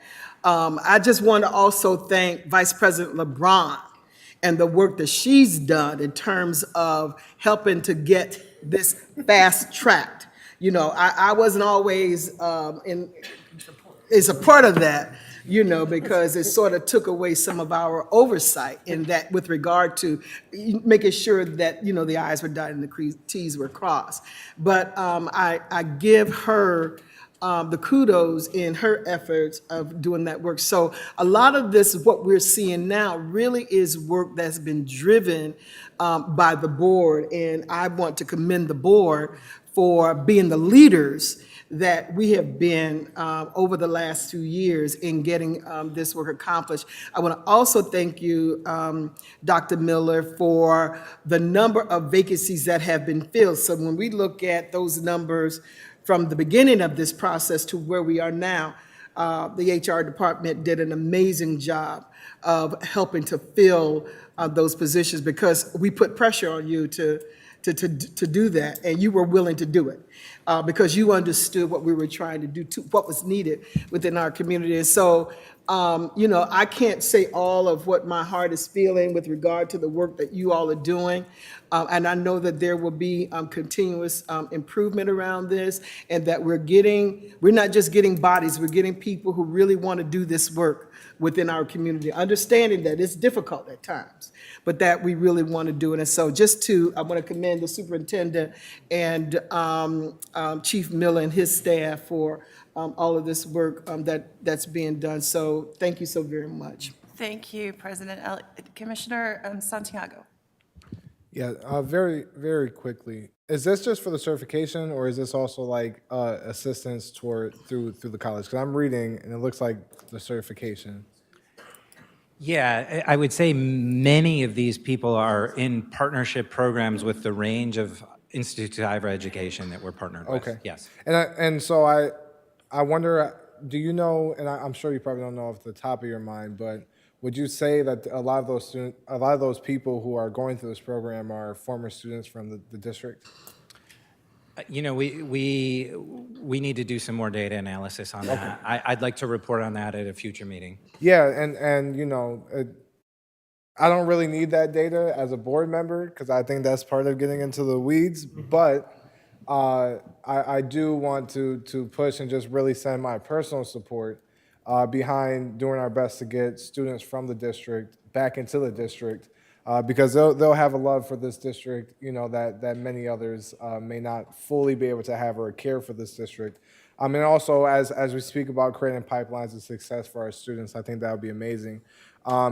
So I'd love just to hear and possibly have conversations, about how we're creating a pipeline for students who are graduating from high school and going on to become a teacher in this district. I think it'll be really effective towards trying to make sure that we're fully staffed, and also towards diversifying our schools with people who understand our students, and who better would that be than somebody who graduated from this district. And so, I'd love to see if there's anything like that. You guys can correct me now if there's already any programs. Yes. Thank you so much, Commissioner Santiago. Wait, what's that I hear? You want to go into teaching? Oh, that's fantastic. I'm just kidding. I think that's illegal for me to benefit off of it, but I think you'd be a great teacher, actually. Possibly. All right. Superintendent Strickland. I agree with the chairwoman that Commissioner Santiago, you'd be a fantastic teacher. I did want to take the opportunity to acknowledge that East High School does have the Teacher Leaders Institute, in which we are preparing our students that are in high school to actually take on those responsibilities as teachers. They would go to college, continue to do that work, and then hopefully return back to the district. They do a lot of work with school number 28, since it's fairly close, and they actually get that experience. And then secondly, wanted to talk about Oasis and how they've been a good pipeline for our paraprofessionals, and often the individuals that are served at Oasis are individuals that we don't see that are of other ethnicities, and they are actually able to help with our most vulnerable students in our schools. So definitely wanted to mention those two different pipelines that are actually contributing to our efforts, and those principals and school leaders. Thank you so much, Superintendent Strickland. I know I had uplifted the Teaching and Learning Institute earlier this evening.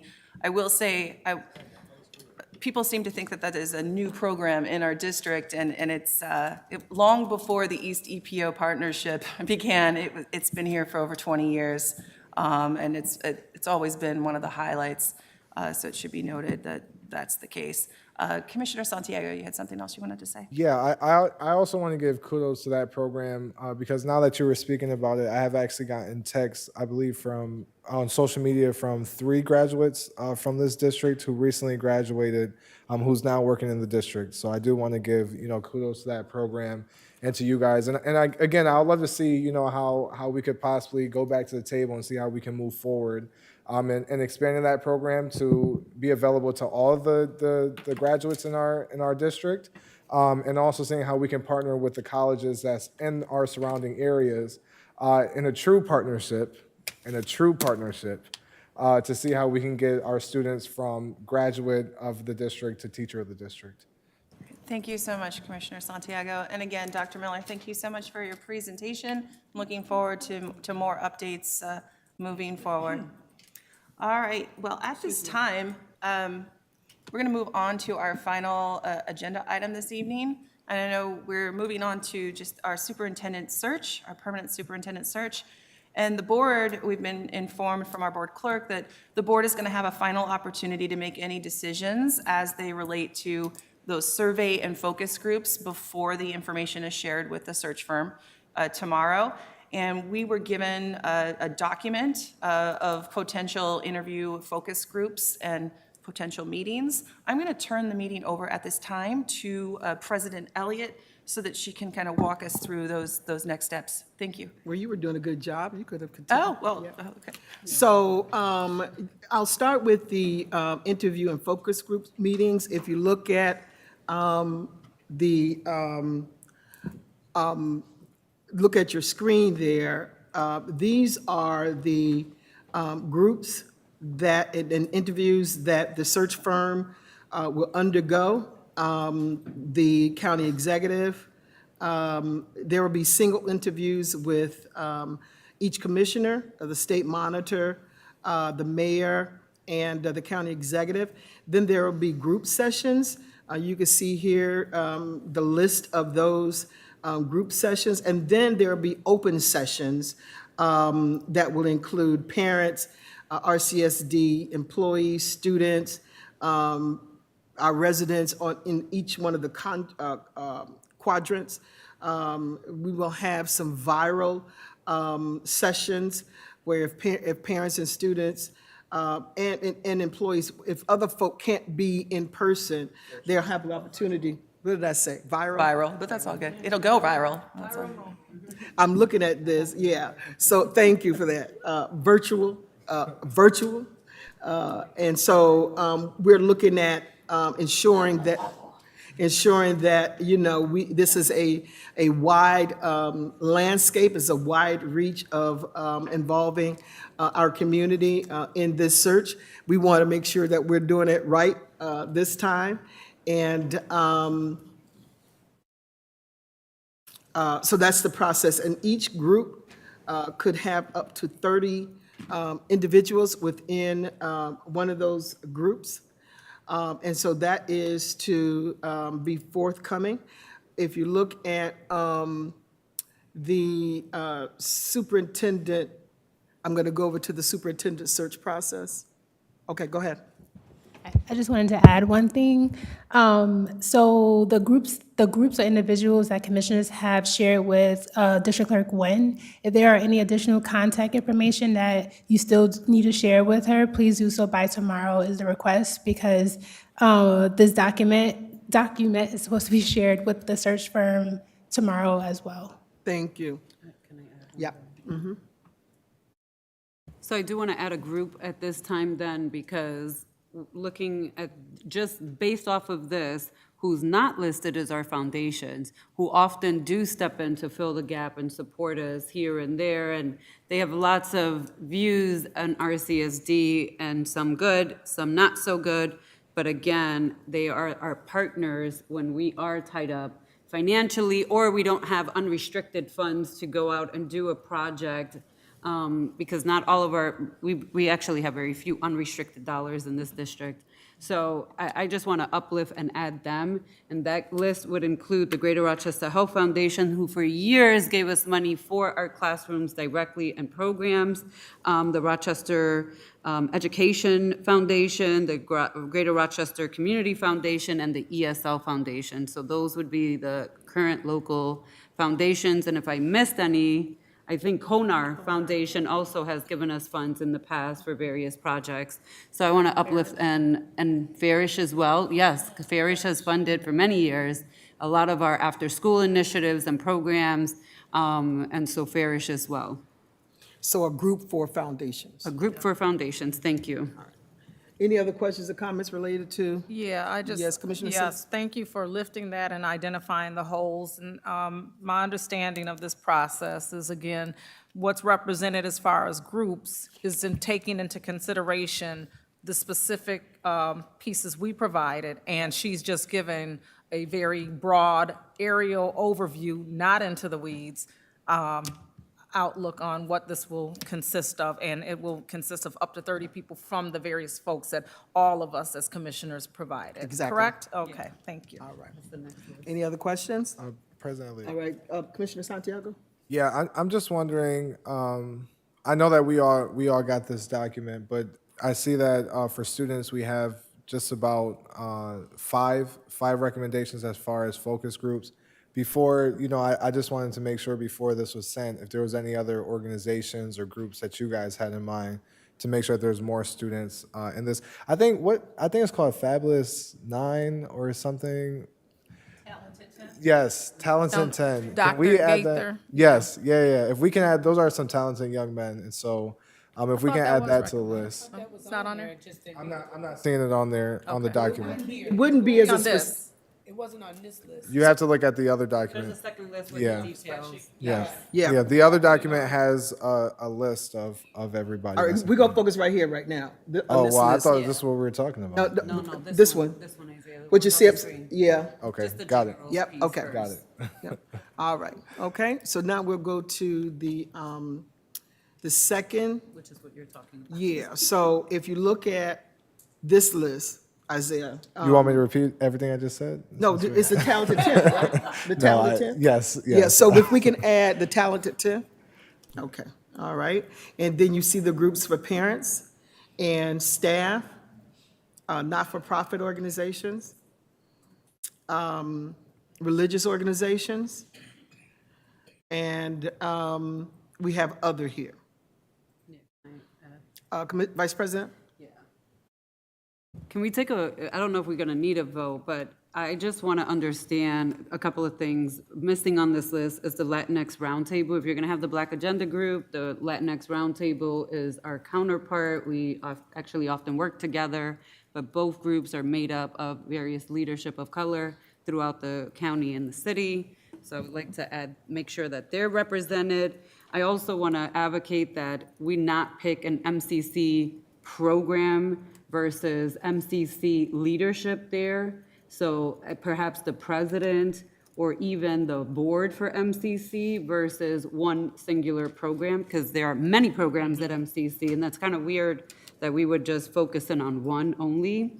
The other piece is that I know it says ABC Head Start, but there are other Head Starts, including Ibero's Head Start, and MCC, again, that we need to add in there, and often they all work together, so I don't want to single out one person or one organization or one department when really it's a holistic approach that we should be taking to speaking with the leadership of these groups and organizations.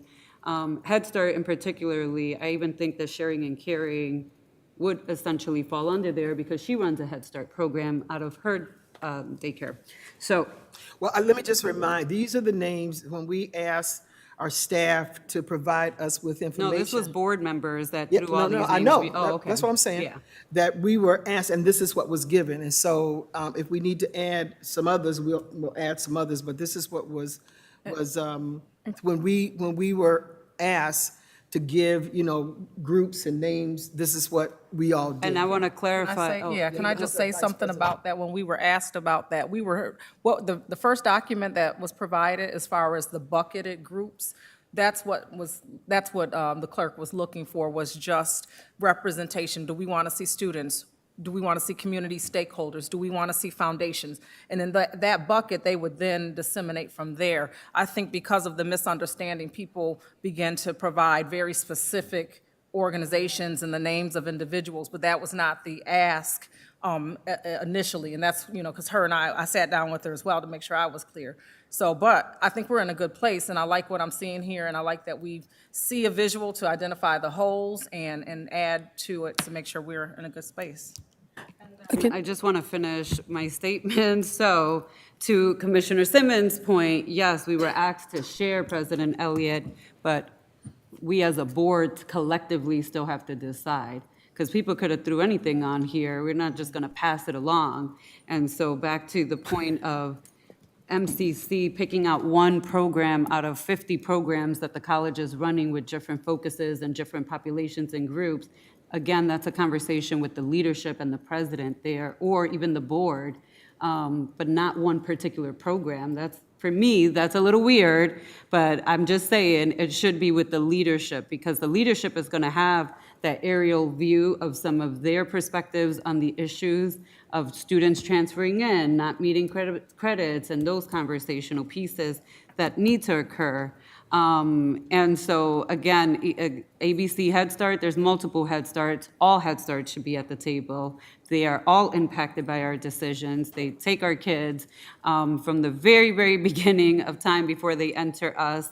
And again, the Latinx Roundtable, that could actually happen with the Black Agenda Group. We actually work very tightly together. So, putting out those pieces. I also want to point out that there are 3 settlement houses who all work with our kids and run after-school programs and work with DSO populations. So just to put Baden Street, we also have Community Place, we also have Charles Settlement, and both of them, all 3 of them should be reflected. So instead of us just saying Baden Street, it should be the settlement houses.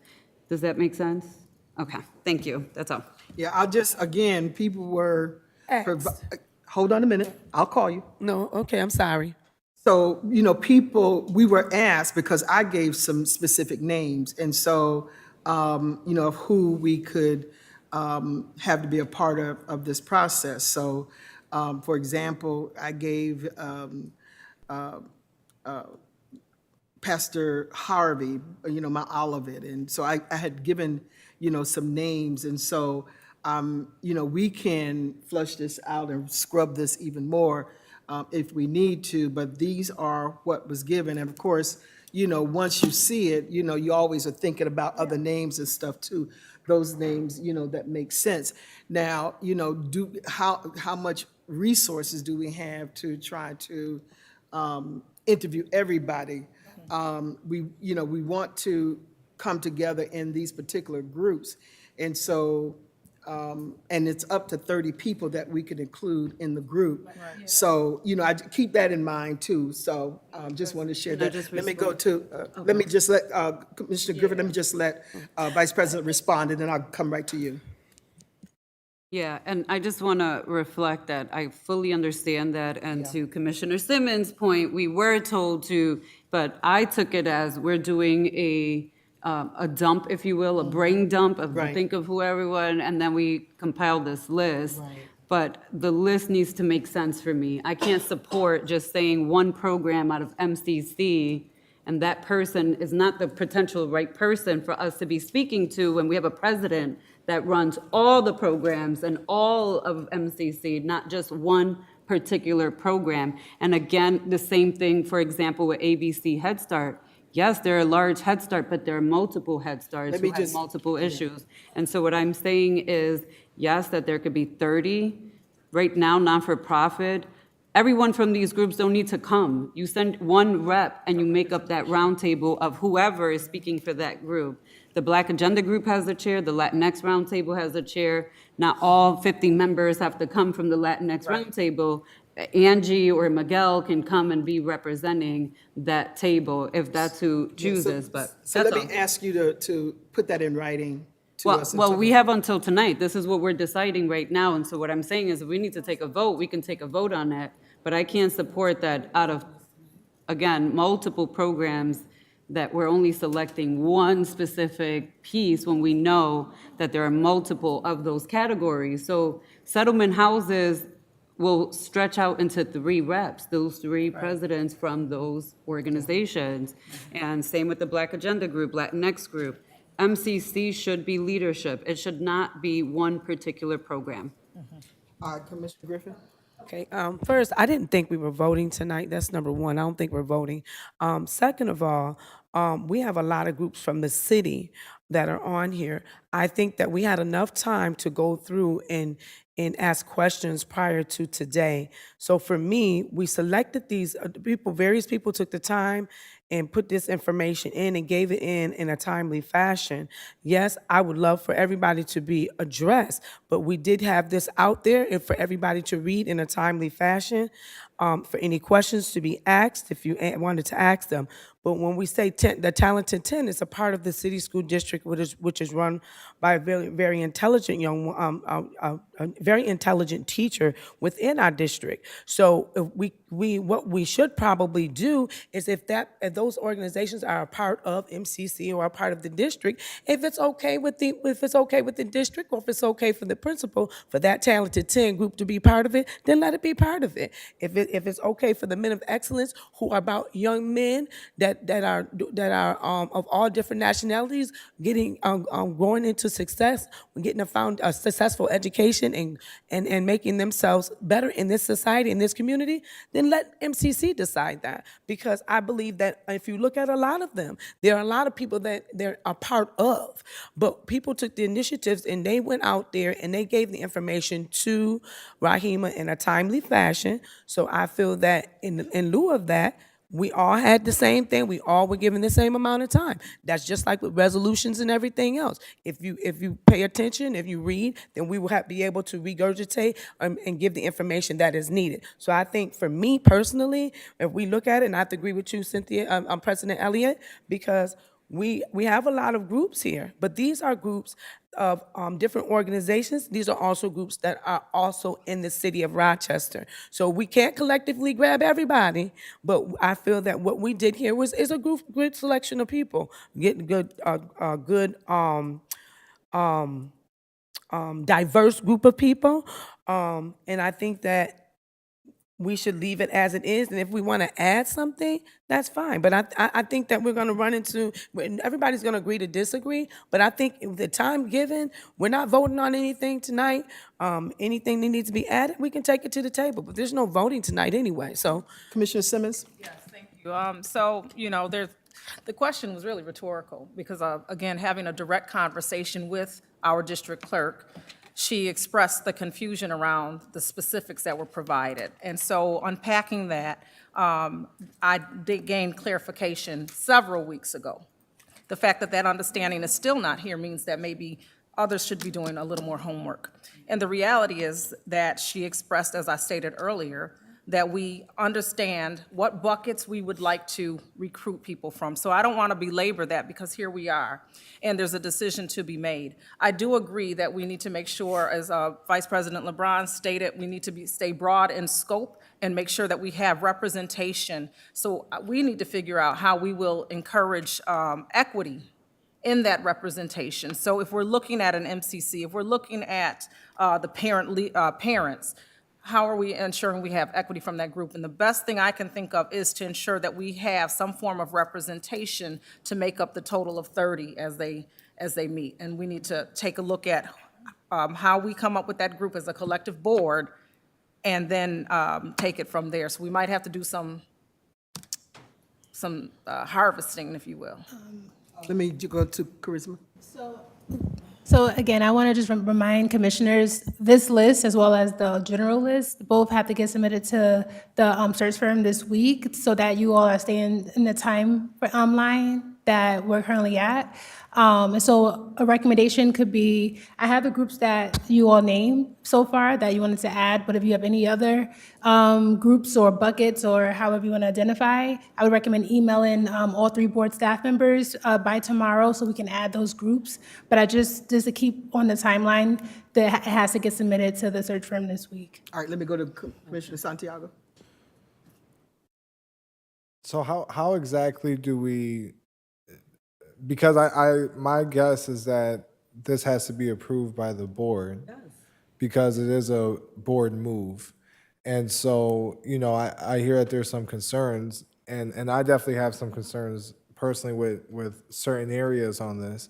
So how do we, maybe for legal counsel or the president? Let me just say this.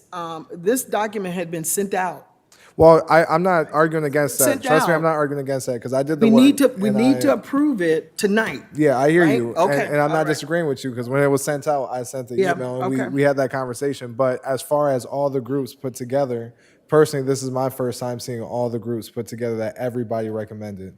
And finalized, because before there was something sent out that was a draft, but this is my first time seeing it finalized. That might, I don't know if that's my fault or not my fault, but looking at this, there's certain areas, you know, as far as representation and making sure that there's representation in the room that I do have some concerns about. Well, here's the thing. All of us were asked to recommend. And I think that's what has happened, that people have made, each one of us have made recommendations of who we would like to be a part of this superintendent search. This is what you have here. But then there is some concerns of what other people have listed. Now, I don't know if we have the time to really flush that out, right? Yeah. Vice President? Yeah, but I think that's the problem, President Elliott, because we have staff saying that they want to submit by tomorrow, and if we're not going to decide on it tonight, then it's not going to happen by tomorrow, because I'm not going to support this list as is. So the other piece I want to uplift too is that, yeah, I saw the document too, but what was I expected to do with it? I read it, and then what? It's still a board decision. I'm not going to call Rahima to be like, oh, take this off the list, because she can't do that, and I don't have the ability to do that as one commissioner and give her that. I can give her that feedback. She could have typed it in as this is Commissioner LeBron's feedback to this list, but this had to be discussed on public record, and that's what I'm doing here tonight, prepared with those recommendations and with those concerns. And again, yes, some of these things need to be broadened out. And so I actually don't think, because people have different understanding of what the directions were, and Commissioner Simmons has tried to clarify on behalf of the clerk, and the clerk's not here, that we should be sending this list off tomorrow in this great detail. We don't have the time to hash it out tonight. That's all. Do we think President, respectfully, do you think maybe we should try to identify a reasonable extension? No, We can? from my perspective. However, what I do to what Charisma is saying is that if there are other names that we would like to see included on here, that we give those names via email to the clerk. Right, okay. But can I just add too, we can't make decisions via email. So the board collectively, every search this board has done has always required the board to agree on the groups involved, who's going to be interviewed. That's actually always been done through a board vote. I'm surprised there's not a resolution to solidify that tonight. However, the board still has to come to an agreement. And emailing her is not going to change the fact that we're trying to submit a list with one program out of MCC and one Head Start program and one settlement house out of many that we have currently in our community who all deserve a voice at the table too. Now, again, when it comes to the college, like RIT MOCA, that has to be RIT leadership. That is one program out of hundreds that exists at RIT, including the deaf school that they oversee and have. We can't, that to me is like saying, I want to have a conversation with issues at the district, but I'm going to go to just one department in the district, when in fact it should be the superintendent having the conversation representing the district. Yeah. Now, I understand that others who work at MCC may want to have a voice.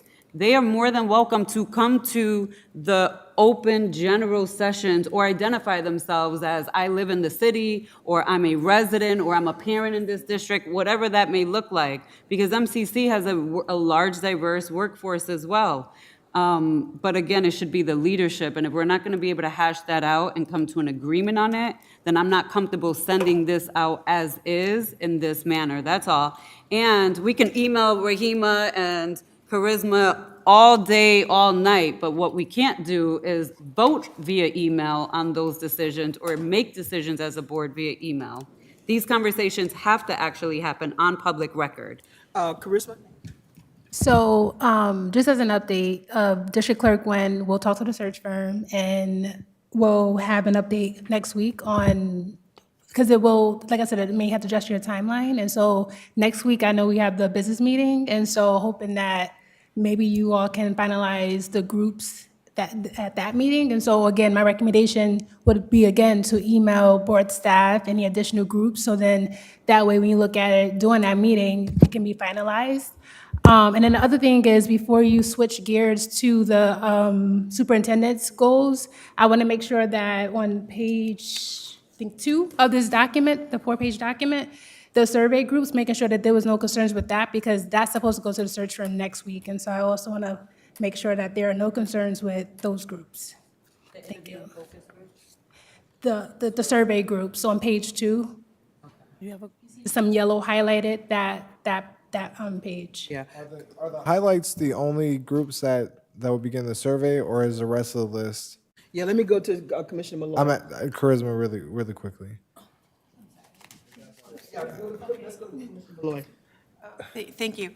I just want some clarification, because I respect what has been said and the concerns that have been expressed about needing a broader look at some of these organizations or these universities. And so I'm glad that Vice President LeBron has raised these issues. And, you know, we should talk about this, and we're having a robust discussion, and this is where these discussions should take place. And so we've all collaborated in the sense that we've brought these forward, but I would not personally be opposed to broadening or making it a little broader. My only concern is, how do we then determine, or who determines which people from the university then are part of it? I don't know enough about how the search firm operates or works to ensure that we have a broad group of diverse people sitting on that committee, and not from any particular political background. Or I just think that, you know, if we say MCC represent, like, what would that look like? Leadership from MCC, how do we determine who then is part of this group? Leadership from RIT. But I agree, I think that we should broaden it a bit. All right, Commissioner Griffin? I just wanted to state that Baden Street governs all the settlements, right? They work with each other. Yes, they do. How you gonna tell me, Commissioner Griffin? They do work. How you gonna tell me, Commissioner Griffin? I just want to get that clear. I'll get some Yeah, no. clarification on that, but I do believe they. There's the Settlement House Foundation, not Baden Street, but the Settlement House Okay, your Foundation. child settlement house. Sir, no, ma'am. So I'm getting them There confused. is a separate entity known Okay, as I the Settlement misunderstood. House Okay, it's a Foundation. different name. Okay, yeah. got you. I'm sorry. I apologize for that. And along that same vein of broadening things a bit, you know, we have a specific church listed here, right? Would it be better to perhaps just have the Ministry Alliance instead of a specific faith group? But that's You know, I mean, no disrespect intended, it's just I think Yeah, that no, there none might be. taken. Listen, all of this is that we were asked to give, you know, some recommendations. Yeah. That's what we've done. So, you know, and we are discussing it to the Vice President's point, and, you know, we're looking at how do we make it better. So I'm good with it. Okay? So, but I would then say, let's just sort of hone it on in, that we can give more names to the board staff via email, and then come back for another, I don't know if there's another meeting before, so we may need to get it out Yeah. to all of us before the board meeting to vote on. And certainly like the foundations that were brought up, I would Yeah. want to see them part Yeah, of. but, and then the Vice President mentioned about MCC leadership, maybe we should have a section on the colleges, a college roundtable, something to that effect. I would, can I just say? I would support. Colleges should be a part of it, period. Yeah, I would support all the colleges, because I think to your point, President Elliott, again, we're just inviting MCC and RIT, like, we don't run a whole entire summer program with Fisher every year, like, that we've started. So Fisher's got to be at the table, Nazareth's got to be at the table. So I would support U of R, 100% U of R, like, we have lots of partnerships and relationships with the U of R. So I would support under other, just having college leadership.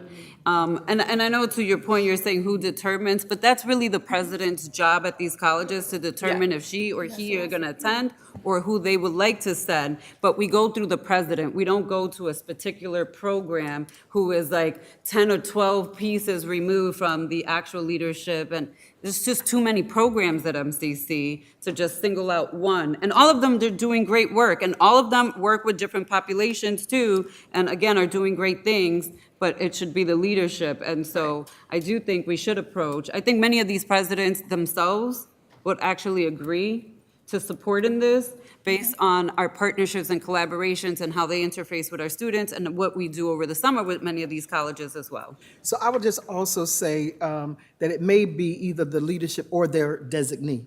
Well, Yep. and that was the So let question them I was going to decide. ask, and thank you so much, Vice President LeBron. I wanted to, like perhaps the president of a university says, I want the, RIT's president, MOCA and WOCA, like that group to represent, but maybe have the upper tier leadership making those right. decisions. Any other questions or comments related to any of this? Commissioner Griffin? Just as a closing, there are a plethora of organizations out here in Rochester. And I mean, I believe that like a lot of them do really great work, but we're not going to be able to put all of them in this process. So there's some that we're not going to be able to select.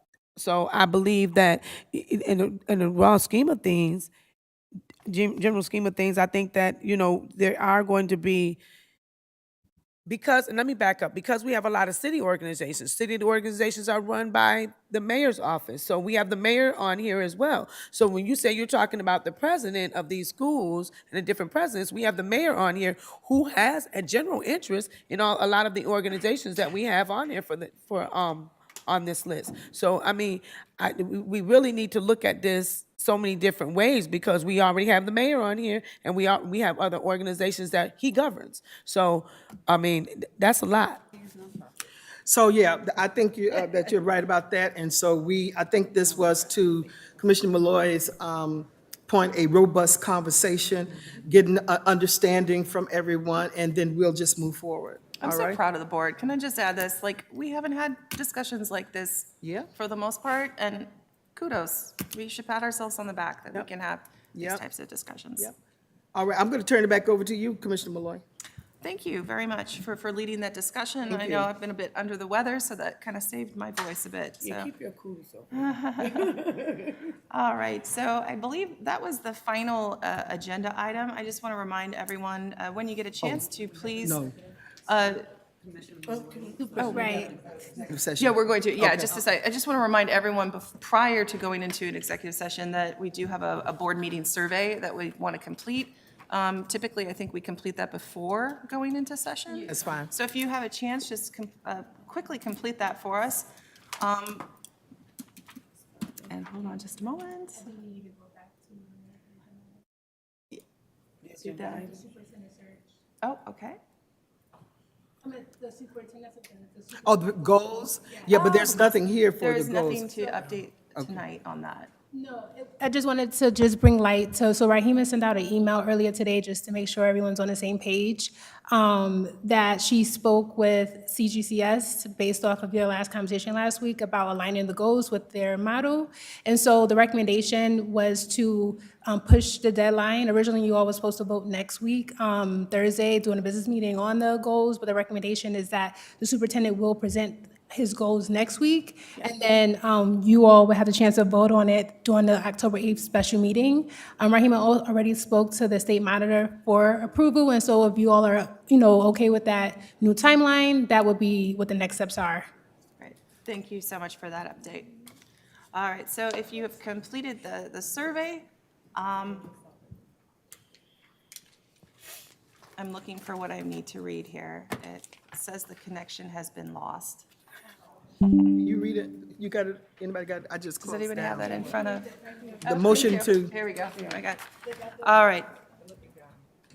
Can I get a motion to go into executive session to discuss matters leading to the appointment of, is that what we're doing? Am I reading the right one? Okay. To the appointment of specific individual or a specific individual, or to discuss matters of concern with the general counsel. Can I get a motion? Motion. We have a motion by Commissioner Simmons, second by Commissioner Griffin. All in favor? Aye. Aye, and we'll recess, or we'll adjourn from executive session downstairs. Thank you, have a good night.